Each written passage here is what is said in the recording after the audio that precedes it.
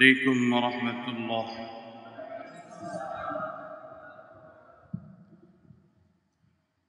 إن الحمد لله نحمده ونستعينه ونستغفره ونؤمن به ونتوكل عليه ونعوذ بالله من شرور أنفسنا ومن سيئات أعمالنا. من يهده الله فلا مضل له ومن يضلله فلا هادي له، ونشهد أن لا إله إلا الله وحده لا شريك له، ونشهد أن سيدنا وسندنا وحبيبنا وطبيب قلوبنا ومولانا محمدًا عبده ورسوله الذي أرسله بالحق إلى الناس بشيرًا ونذيرًا وداعيًا إلى الله بإذنه وسراجًا وقمرًا منيرًا. أما بعد، فأعوذ بالله من الشيطان الرجيم. بسم الله الرحمن الرحيم.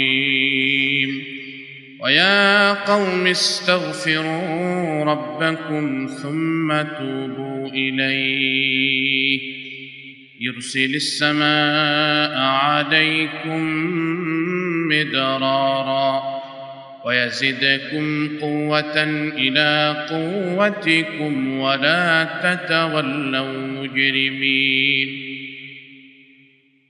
وعن عبد الله بن عباس رضي الله عنهما قال: قال رسول الله صلى الله عليه وسلم: من لزم الاستغفار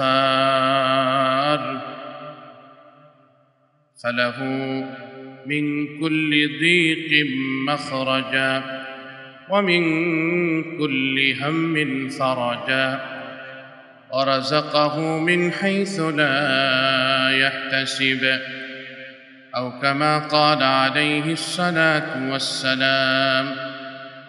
وقال تعالى في شان حبيبه ومحبوبه: إن الله وملائكته يصلون على النبي يا أيها الذين آمنوا صلوا عليه وسلموا تسليما. اللهم صل على محمد وعلى آل محمد كما صليت على إبراهيم وعلى آل إبراهيم إنك حميد مجيد.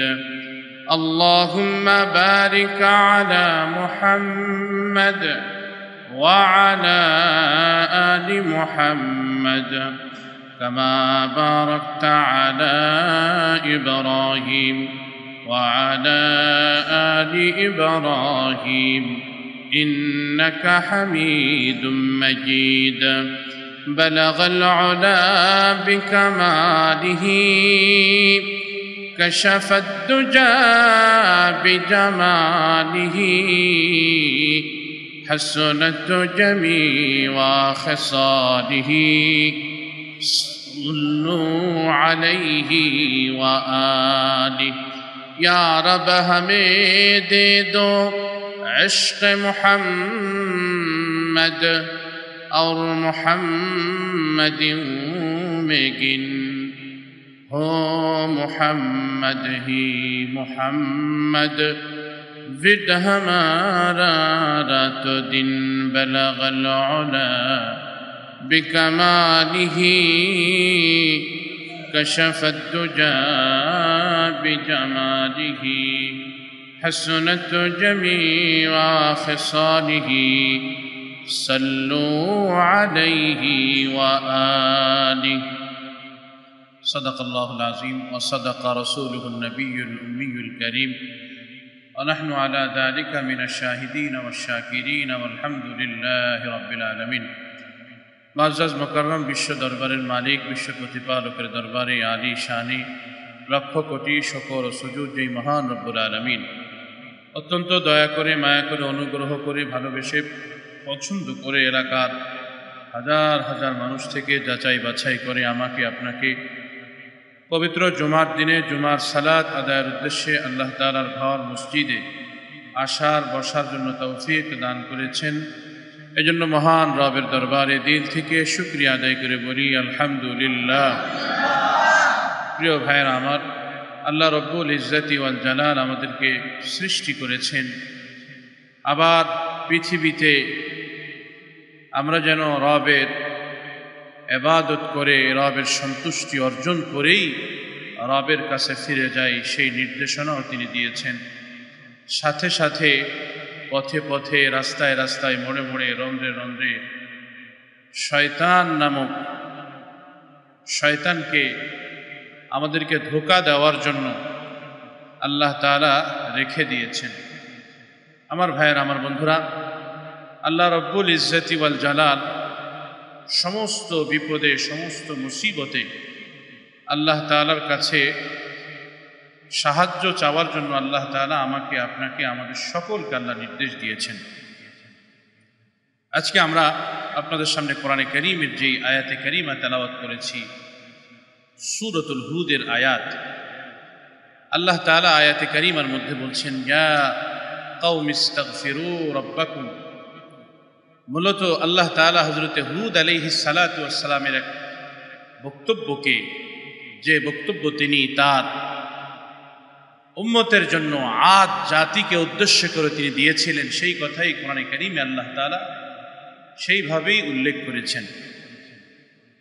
হযরত হুদ আলাইহিস সালাতু ওয়াস সালাম তার সম্প্রদায়কে বলেছিলেন, ইয়া কওমি ইস্তাগফিরু রাব্বাকুম, হে আমার সম্প্রদায়ের লোকেরা, ইস্তাগফিরু রাব্বাকুম, তোমরা তোমাদের রবের কাছে ক্ষমা প্রার্থনা করো, ওয়াতুবু ইলাইহি, এবং তার কাছে তোমরা ফিরো, তার কাছেই তোমরা ফিরে আসো। তাহলে লাভ কি হবে? ক্ষমা প্রার্থনা করে আল্লাহর কাছে ফিরে আসলে, তওবা করলে লাভ কি হবে? ইউরসিলিস সামাআ আলাইকুম মিদরারা, আল্লাহ তাআলা আকাশ থেকে মুষলধারে বৃষ্টি বর্ষণ করবেন। ওয়ায়াজিদুকুম কুওয়াতান ইলা কুওয়াতিকুম, আর তিনি তোমাদের শক্তিকে আরো বাড়িয়ে তোমাদেরকে শক্তিশালী করবেন। আল্লাহ তাআলা বলেন, ওয়ালা তাতাওয়াল্লাউ মুজরিমিন, আর তোমরা আল্লাহর অবাধ্যতা করে নাফরমানি করে তোমরা পাপিষ্ঠ হয়েও না, মুখ ফিরাইয়া পাপিষ্ঠ হয়েও না, পাপিষ্ঠ হয়ে তোমরা মুখ ফিরিও না, মুখ ফিরিয়ে নিও না। আমার ভাইয়েরা, আয়াতে কারীমার মধ্যে আল্লাহ তাআলা হযরত হুদ আলাইহিস সালাতু ওয়াস সালামের যে বক্তব্যকে উল্লেখ করেছেন, যে কথাকে উল্লেখ করেছেন, হযরত হুদ আলাইহিস সালাতু ওয়াস সালাম তার উম্মতের জন্য মৌলিকভাবে চারটা কথা বলছেন। দুইটা আমলের কথা বলেছেন, আর দুইটা আমলের দুইটা ফলাফলের কথা বলেছেন। এক নম্বর আমল ছিল আল্লাহ তাআলার কাছে ক্ষমা প্রার্থনা করা। এক নম্বর আমল আল্লাহ তাআলার কাছে ক্ষমা প্রার্থনা করা। দুই নম্বর আমল হলো ওয়াতুবু ইলাইহি, আর আল্লাহর কাছেই ফিরা, আল্লাহর কাছেই ফিরা। ক্ষমা প্রার্থনার অর্থ হলো যে অপরাধ করেছে, অন্যায় করেছে, অবিচার করেছে, এটার জন্য আল্লাহ তাআলার কাছে মৌখিকভাবে এবং আমলীভাবে আল্লাহ তাআলার কাছে মাফ চাওয়া। ওয়াতুবু ইলাইহি, আর তওবা করা দ্বারা উদ্দেশ্য হলো আল্লাহ তাআলার কাছে পরিপূর্ণভাবে ফিরে আসা। যেই অন্যায় করেছে, যে অবিচার করেছে, এগুলি আর কখনো না করা, সরল সঠিক পথের উপরে চলতে থাকা। আমার ভাইরা, ফলাফল কি? ফলাফল হলো যদি কেউ তার অন্যায় থেকে, অপরাধ থেকে সে তাওবা ও ইস্তেগফারের মাধ্যমে ফিরে আসে, তো আল্লাহ তাআলা তার জন্য রহমতের দরজাকে খুলে দিবেন।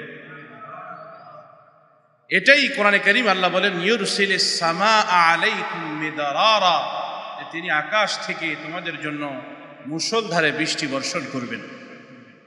ভাইয়েরা আমার, বন্ধুরা আমার, বৃষ্টি এটি রহমতের প্রতীক। আল্লাহ রব্বুল ইজ্জতি ওয়াল জালাল বৃষ্টির মাধ্যমে মৃত জমিনকে আবার পুনরুজ্জীবিত করেন।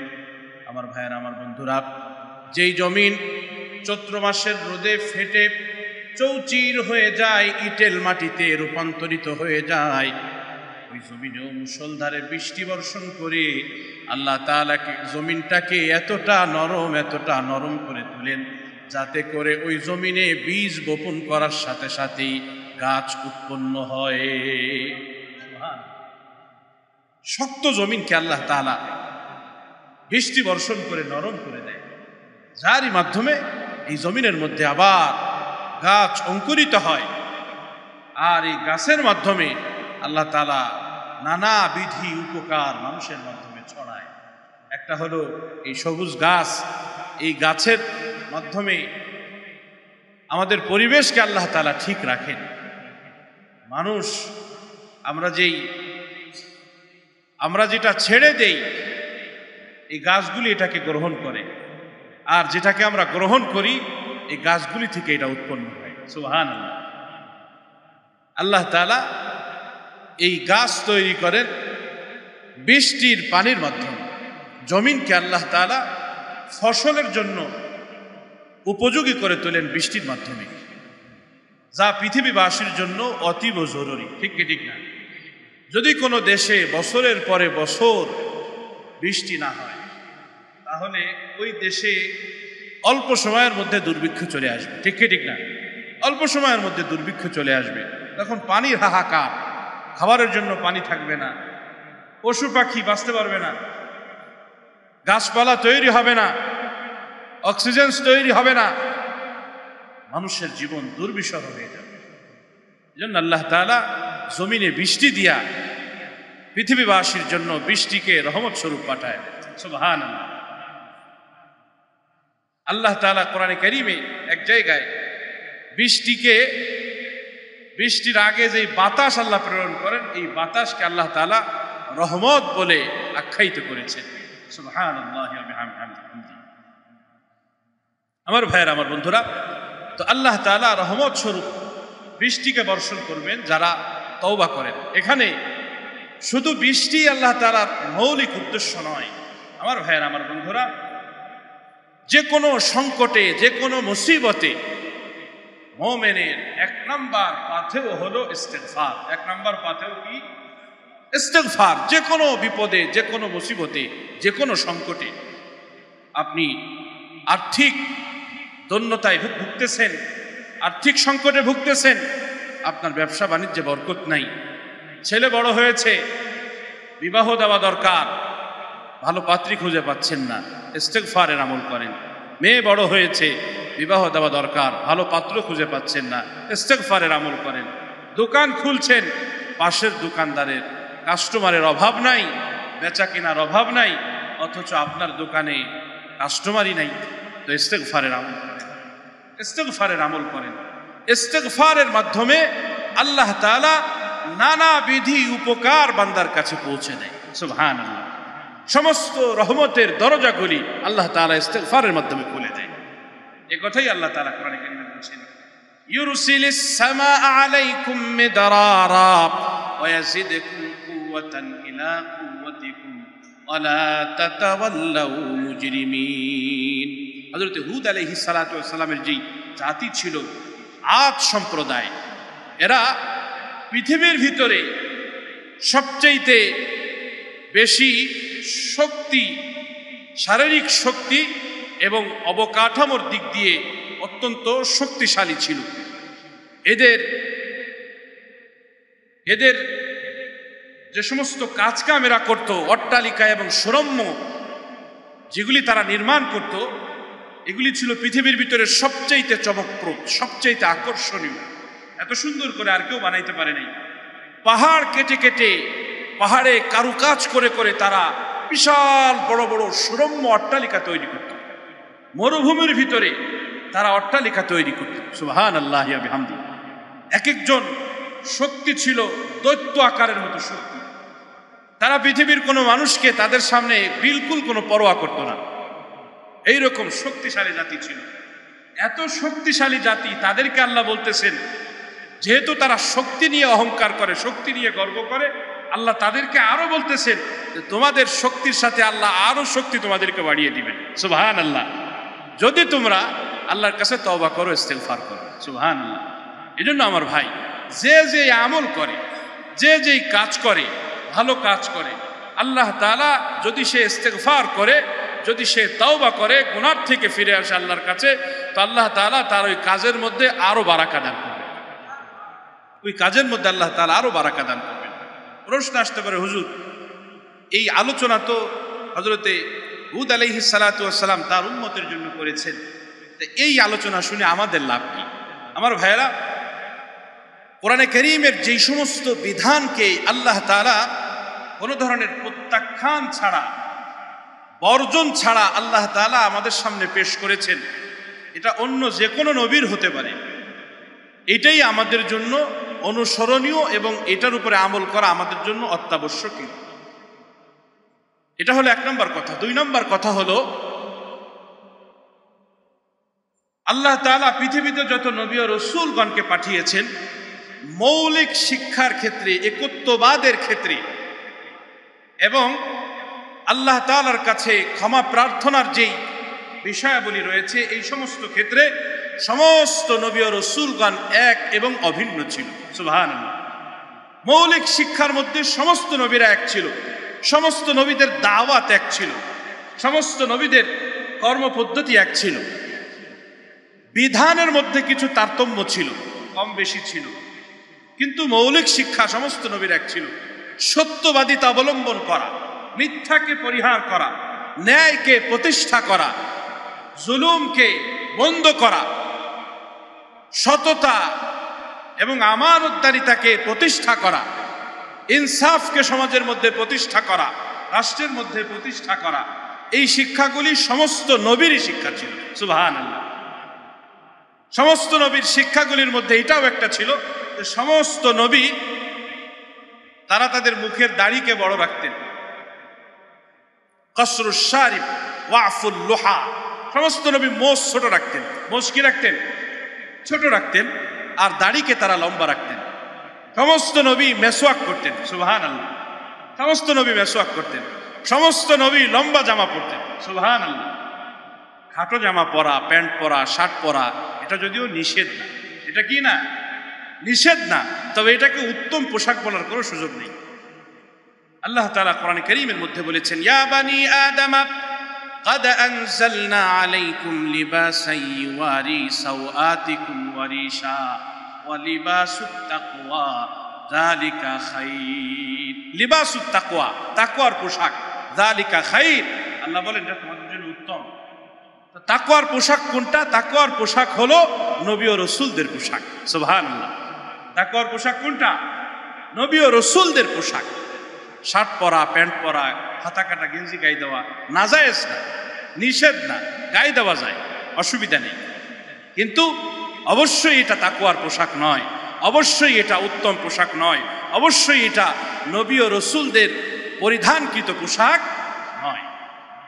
এজন্য আমার ভাইয়ের, আমরা কাজের জন্য প্রয়োজনের খাতিরে অনেক সময় কাজ করার জন্য ছোটখাটো জামা পরে থাকি, কিন্তু অবশ্যই যখন রবের সামনে দাঁড়াবো, মসজিদে যখন আসবো, যার যতটুকু সামর্থ্য আছে সামর্থ্য অনুযায়ী লম্বা জামা, যেই পোশাকগুলি নবীরা পরিধান করে এসেছেন, ওই পোশাকগুলি পরিধান করেই আল্লাহ তাআলার ঘরে আসার চেষ্টা করবো ইনশাআল্লাহ।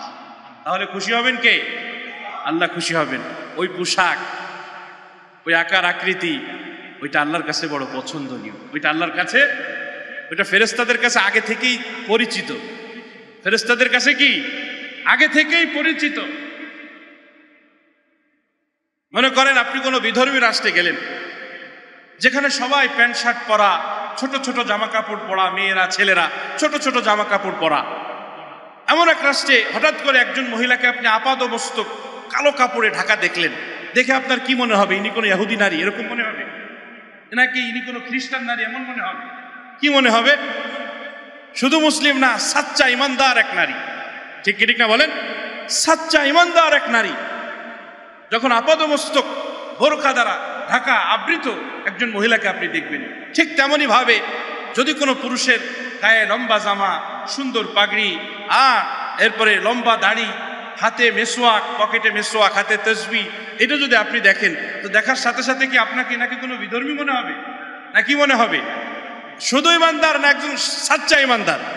মানে প্রথম দেখাই আপনি তারে নিজের জন্য আমানতদার মনে করতেছেন, যে ইনি আমার জাতি ভাই, ইনি মুসলমান, ইনি আমার মুমিন ভাই, ইনার কাছে আমার জান, মাল, ইজ্জত, আবরু, আমার সব কিছু ইনার কাছে নিরাপদ। আপনি তাকে নিরাপদ মনে করতেছেন। আমার ভাইয়ের, আমার বন্ধুরা,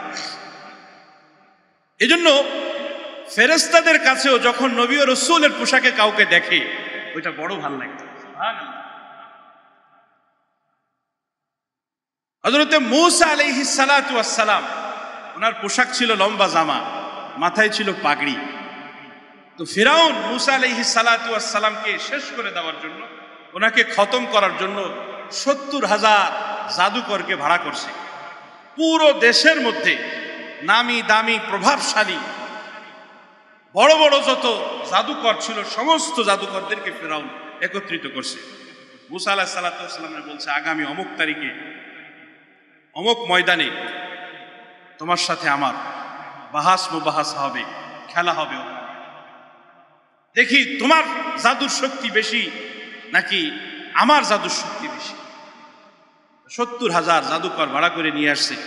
মূসা আলাইহিস সালাতু ওয়াস সালামকে ধোঁকা দেওয়ার জন্য, ঠাট্টা করার জন্য, বিদ্রুপ করার জন্য ফিরাউন ৭০,০০০ জাদুকরকে মূসা আলাইহিস সালাতু ওয়াস সালামের মতো জুব্বা বানাই দিছে। সুবহানাল্লাহ। মূসা আলাইহিস সালাতু ওয়াস সালামের মতো পাগড়ি পরাই দিছে। মানে একদিকে মূসা আলাইহিস সালাম, হারুন আলাইহিস সালাতু ওয়াস সালাম না ভাই, অপরদিকে ৭০,০০০ জাদুকর, পোশাক সবার একরকম, পাগড়ি সবার একরকম। ৭০,০০০ জাদুকর, তাদের ৭০,০০০ লাঠি, ৭০,০০০ রশি একসাথে তারা ছেড়ে দিছে। ৭০-এ কত হয়? ১,৪০,০০০। এই ১,৪০,০০০ আপনার লাঠি এবং রশি সবগুলো একত্রে সাপ হইয়া একদম মূসা আলাইহিস সালামের দিকে চলে যাচ্ছে। তো এইটা দেখা মূসা আলাইহিস সালাতু ওয়াস সালামের অন্তরে কিছুটা ভয় কাজ করতেছে, মানবীয় একটা ভয় আছে। নবী হিসাবে আল্লাহর প্রতি পূর্ণ আস্থা, বিশ্বাস, সাহস এটা পরিপূর্ণ ছিল মূসা আলাইহিস সালাতু ওয়াস সালামের, কিন্তু মানবীয় গুণ হিসাবে একটা ভয় ওনার ভিতরে, শঙ্কা কাজ করতেছিল। قال بل ألقوا فإذا حبالهم وعصيهم يخيل إليه من سحرهم أنها تسعى فأوجس من خيفته موسى। তাদের এই লাঠি এবং রশির জাদুতে মূসা আলাইহিস সালাতু ওয়াস সালাম কিছুটা, যখন এগুলো ছোটাছুটি শুরু করছে, মূসা আলাইহিস সালাম কিছুটা বিব্রতকর পরিস্থিতিতে পড়ে গেছে। তো আল্লাহ তাআলা মূসা আলাইহিস সালাতু ওয়াস সালামকে বললেন, ওমা তিলকা বিয়ামিনিকা ইয়া মূসা, মূসা তোমার ডান হাতে কি?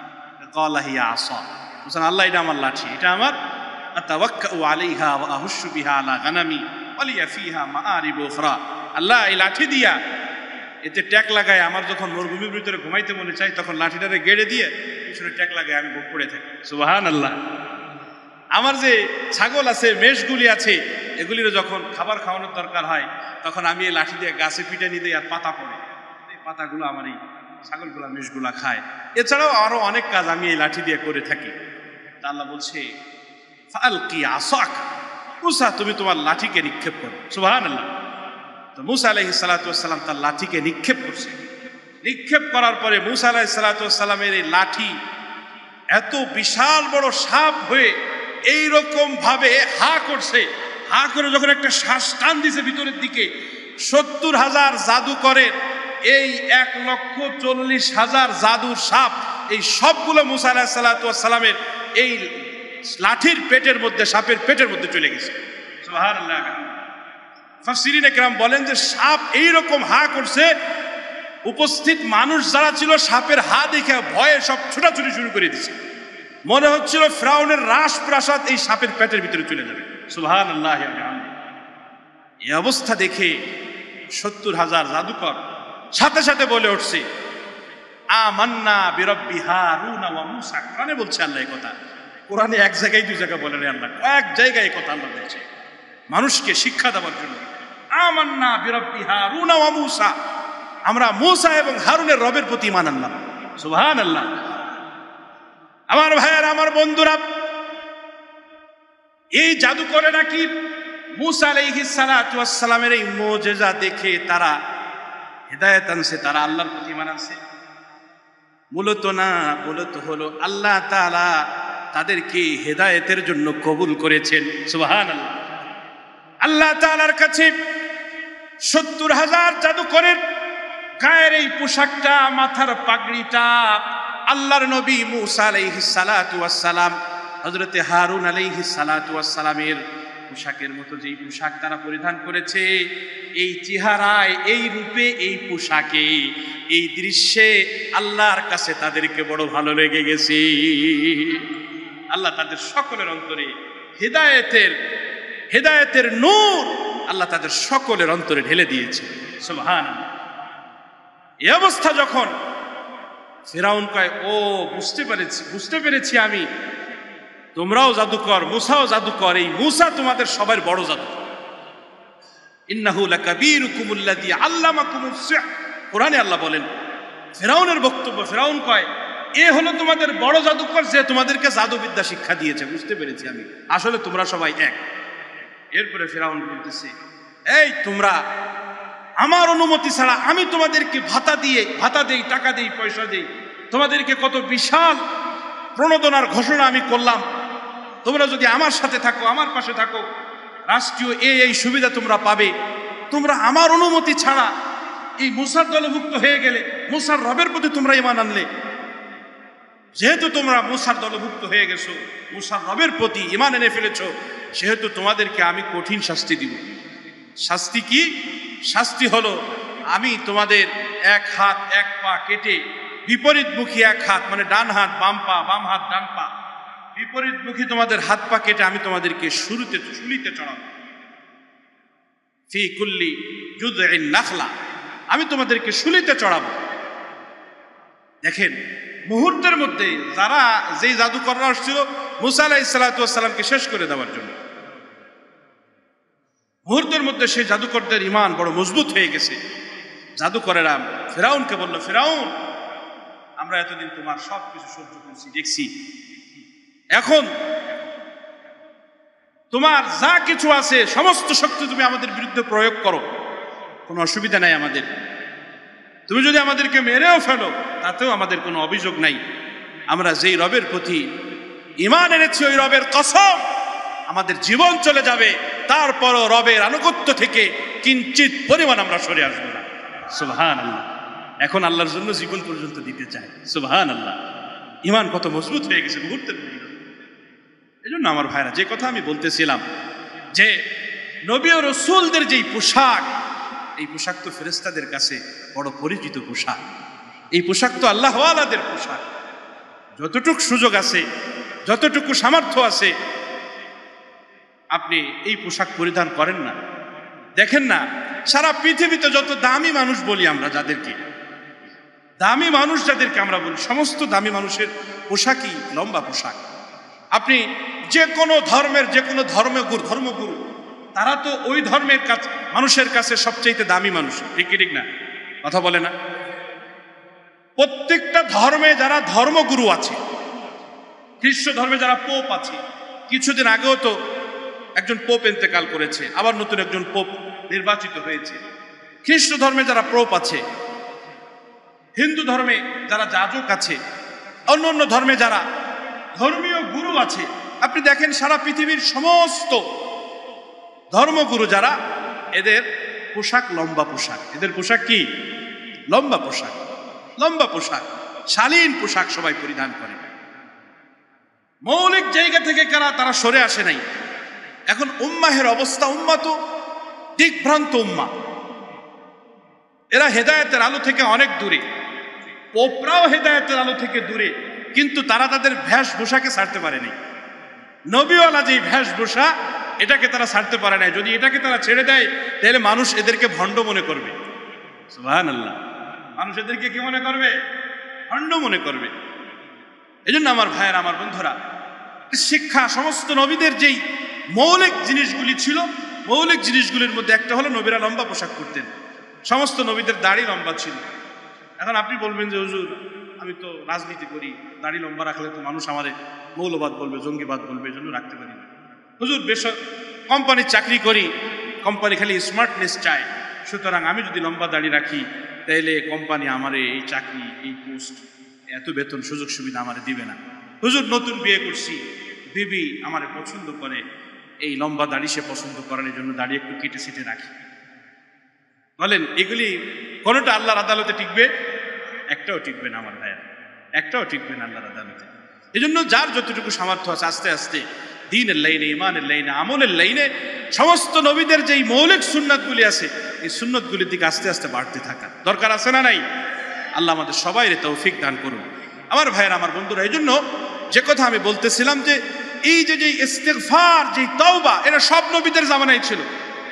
সমস্ত নবীরা, সমস্ত নবীদের শিক্ষার মধ্যে ছিল উম্মাহের ভুল হবে, ভ্রান্তি হবে, উম্মা দিকভ্রান্ত হয়ে যাবে, উম্মা সংকটাপন্ন পরিস্থিতির সম্মুখীন হবে, উম্মা মুসিবতের মধ্যে পড়ে যাবে, দুর্ভিক্ষ আসবে, অভাব আসবে, হত্যা বেড়ে যাবে, লুণ্ঠন বেড়ে যাবে, মারামারি কাটাকাটি বেড়ে যাবে, সমাজের মধ্যে অশান্তি বৃদ্ধি পাবে, অনাচার বৃদ্ধি পাবে। এই সমস্ত ক্ষেত্রে খোদাই বিধান হলো, সমস্ত ক্ষেত্রে আল্লাহ তাআলার প্রদত্ত চিকিৎসা হলো ইস্তিগফার। আল্লাহ প্রদত্ত চিকিৎসা কি? ইস্তিগফার। হযরত নূহ আলাইহিস সালাতু ওয়াস সালাম তার সম্প্রদায়কে বলেছিলেন, ফাকুলতু ইস্তাগফিরু রাব্বাকুম ইন্নাহু কানা গাফফারা। সুবহানাল্লাহ। হুদ আলাইহিস সালাতু ওয়াস সালাম বলতেছে, ইয়া কওমি ইস্তাগফিরু রাব্বাকুম সুম্মা তুবু ইলাইহি। হুদ আলাইহিস সালাতু ওয়াস সালাম বলে, ও আমার সম্প্রদায়ের লোকেরা, তোমরা আল্লাহর কাছে ক্ষমা প্রার্থনা করো এবং তার কাছেই তোমরা ফিরে আসো। নূহ আলাইহিস সালাতু ওয়াস সালাম বলছে, ইস্তাগফিরু রাব্বাকুম, আমার সম্প্রদায়ের লোকেরা তোমরা রবের কাছে ক্ষমা প্রার্থনা করো, ইন্নাহু কানা গাফফারা, নিশ্চয়ই তিনি চূড়ান্ত অপরাধীকে ক্ষমাকারী। সুবহানাল্লাহ।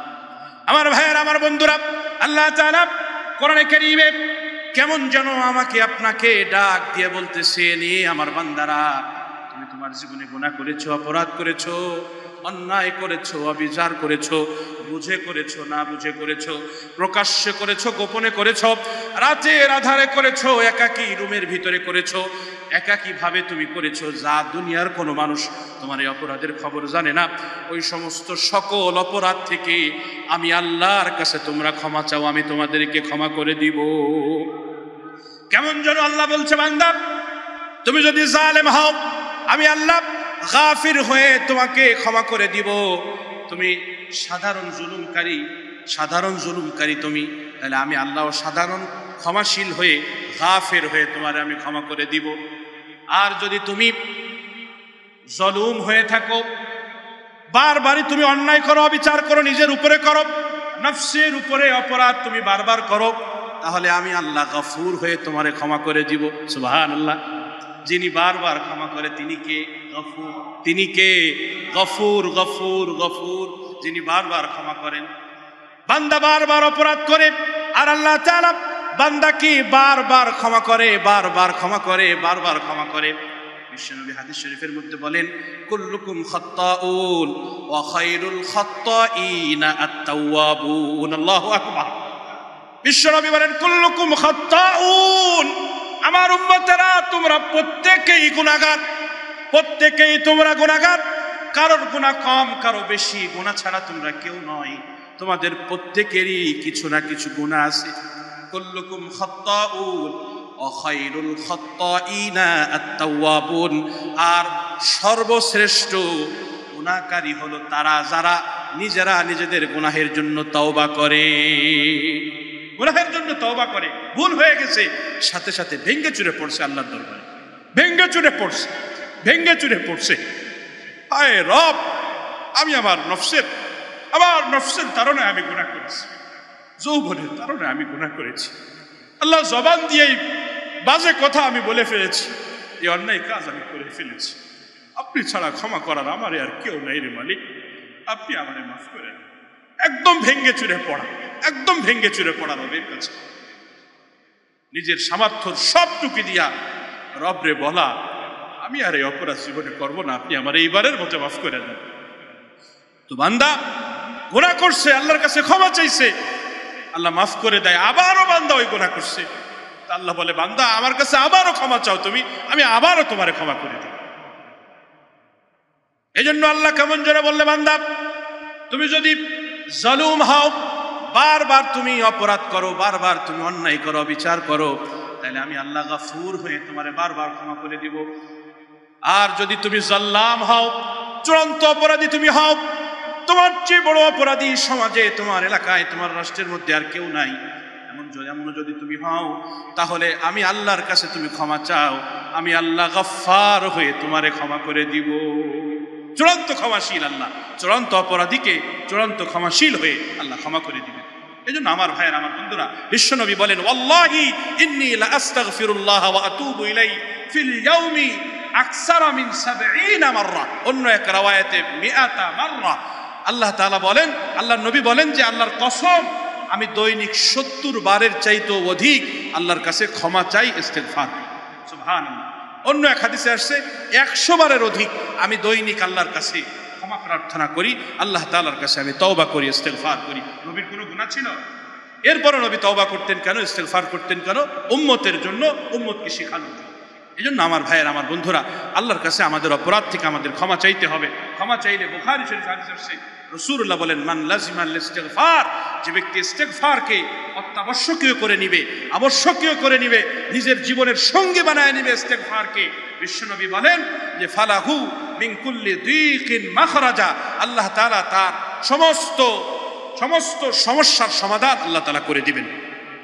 অমিন কুল্লি হাম্মিন ফারাজা, আল্লাহ তাআলা তার সমস্ত দুশ্চিন্তা থেকে তাকে আল্লাহ তাআলা মুক্তি দান করবেন।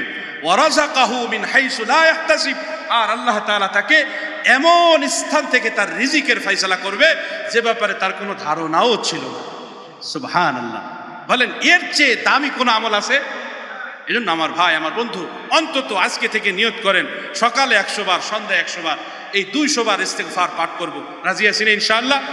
বলেন ইনশাআল্লাহ, বলেন ইনশাআল্লাহ। আল্লাহ সবাইরে তৌফিক দান করুন, বলি আমিন। ইস্তেগফারের আমল যত বেশি করব, রিজিকের মধ্যে বরকত হবে, তত মুসিবত দূর হবে, তত রবের কাছে সম্মান, ইজ্জত বাড়তে থাকবে। আল্লাহ আমাদের সকলকে, আমি সহ আমাদের সকলকে আল্লাহ তাআলা আমল করার তৌফিক দান করুন, আমিন। আসসালামু আলাইকুম ওয়া রাহমাতুল্লাহ।